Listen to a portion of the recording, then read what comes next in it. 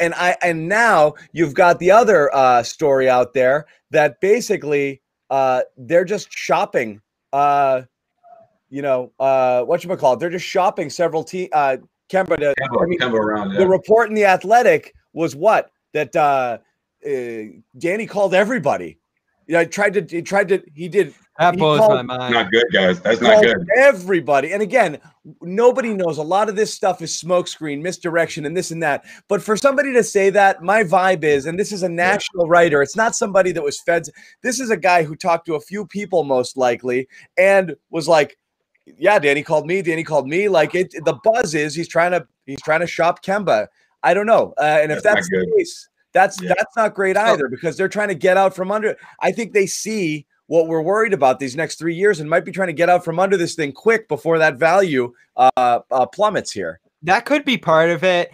I also think you're dealing again from a position of non-leverage there. Like if they see it and everyone else knows it, like, you're not sneaking that past anybody. They're not going to say, hey, this is the old Kemba Walker you're getting, and then just slide him in there through the fence. Don't even give him a physical. Don't even get him What do you mean? Danny Ainge last week said, guys, he's going to start the season. He just needs some monitoring. Right. Maybe you could do it to the Cavaliers. Of the Celtics a few years ago, Bobby, okay? When you're starved for anyone who might be deemed a star, and if somebody dangles one for you, it was the Kyrie situation. Again, Kyrie's a different story, different player at a different point in his career and a different age. But Danny would have, yeah. We need stars. We need to get better fast. And he'll do anything to make a deal for an all-star caliber player. There might be teams out there who are like, friggin' the starting point guard on last year's Eastern Conference All-Star team. Yeah, I'll do that. I don't have anything like that right now. So some people would jump at that chance, you think, or you hope. Plus, also, people will convince themselves or talk themselves into anything. If you want to talk yourself into trading for Kemba because you want a star and you think he can help elevate a lot of people around you, and that's a missing piece you need, you'll figure out a way to not care so much about the injuries and the maintenance and this and that. I don't think he's totally damaged goods. I just think Danny's like, let's move, let's move now.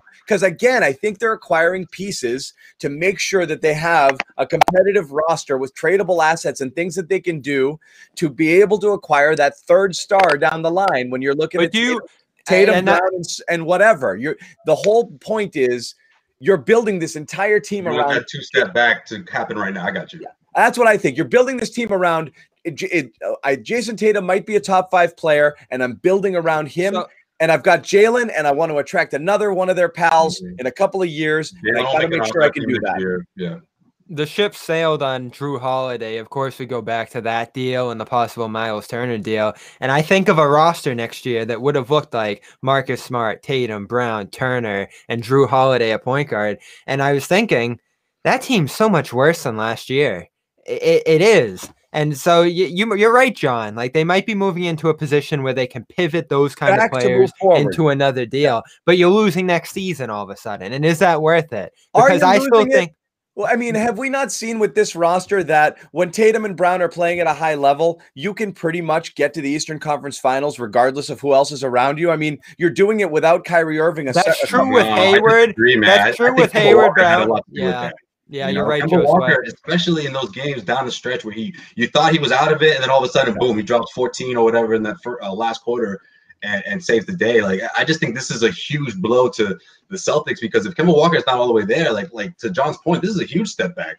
You just signed this guy 1 year ago, and you're telling me in a year or two that he won't be remotely who he is now? And then what does that mean for Jayson Tatum? This guy is gonna, lock in a deal next season.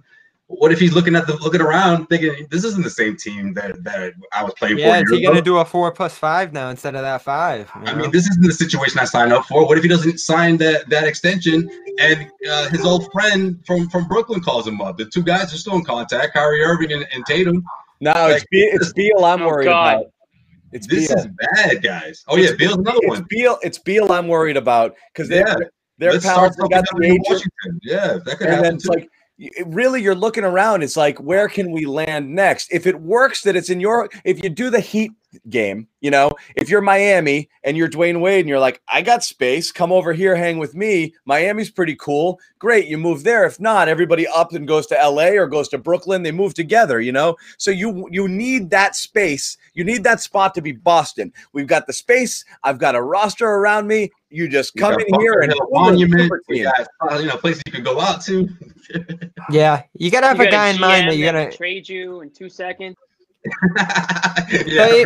If you do have that, so there's got to be 1 or 2 follow-up moves here, because John's right. If you do put the assets in place for that next move, bring in a third big guy to play with Brown and Tatum and consolidate this even more, you do it.